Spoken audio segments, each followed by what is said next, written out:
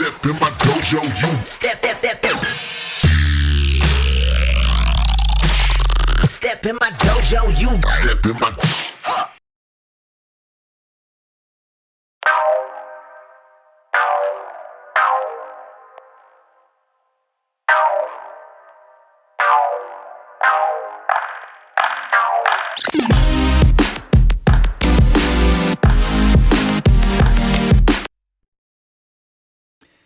Hey, what's up? It's ill.gates coming at you with some ad-free tips. I'm here to help you, and I will do it without advertising or selling if you continue to support the videos. So please like, comment, share, subscribe. Show me that these videos count, and I will make more of them for free.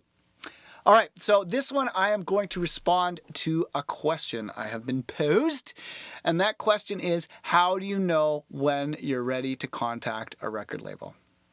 Okay, how do you know when you're ready to contact a record label? Well, what record labels want to see is they want to see quality brand that feels complete.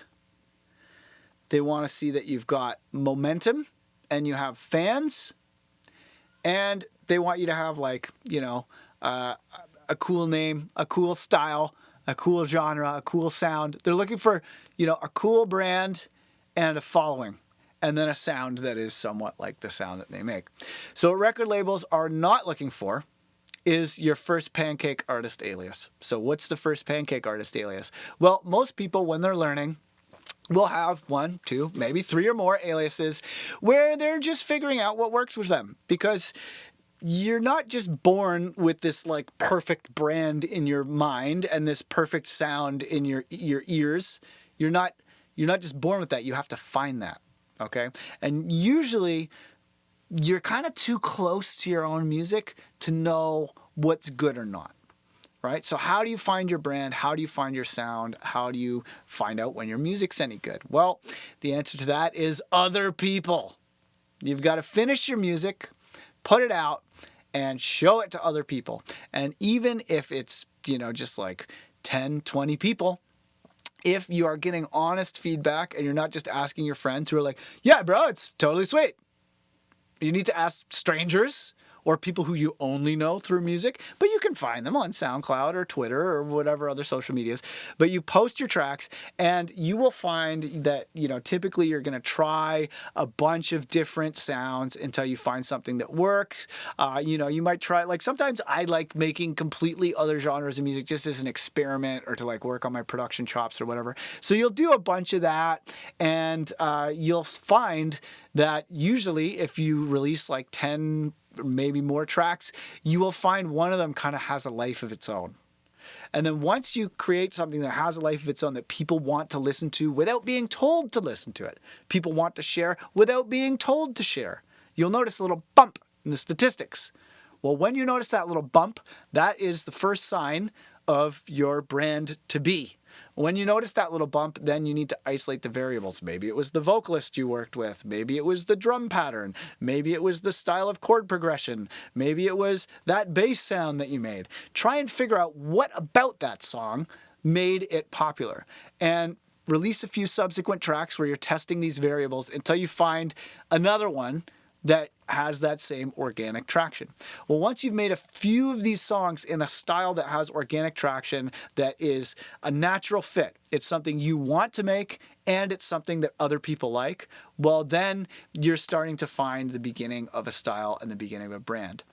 Then at that point, you're going to want to make a list of like 100 possible names that fit this musical style that has been organically created through a feedback loop with your fans, right? So think about those songs. Maybe it involves like, glitchy cyberpunk noises, or maybe every song is started from tape loops. Who knows, right? You figure out what the sound is, and then you just brainstorm like 100 possible artist names, and then, just like with the tracks, usually the artist names, you're kind of too close to it to understand what's the best. And every name seems like it's the best name the moment you come up with it, but you sleep on it and maybe it's not so great. So run that list of 100 names by all of your friends and all of your fans, most importantly, until you've come up with a style that fans like.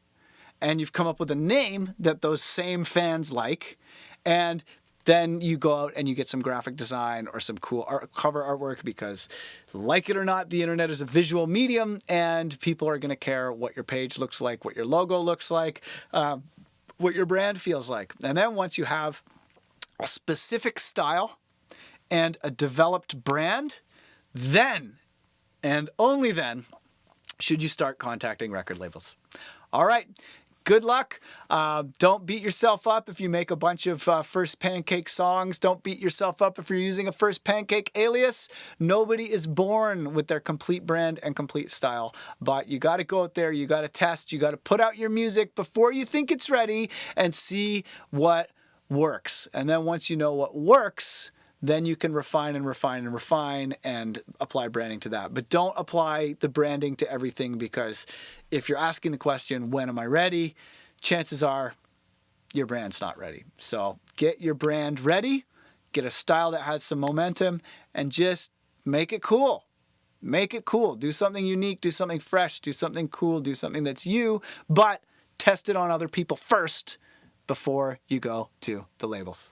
All right, lots of love. I hope that helped you on your journey. If you have any more questions that you want to ask away in the threads below, and I will do my best to answer your questions. All right, lots of love. Thanks for watching. Peace. It's like that.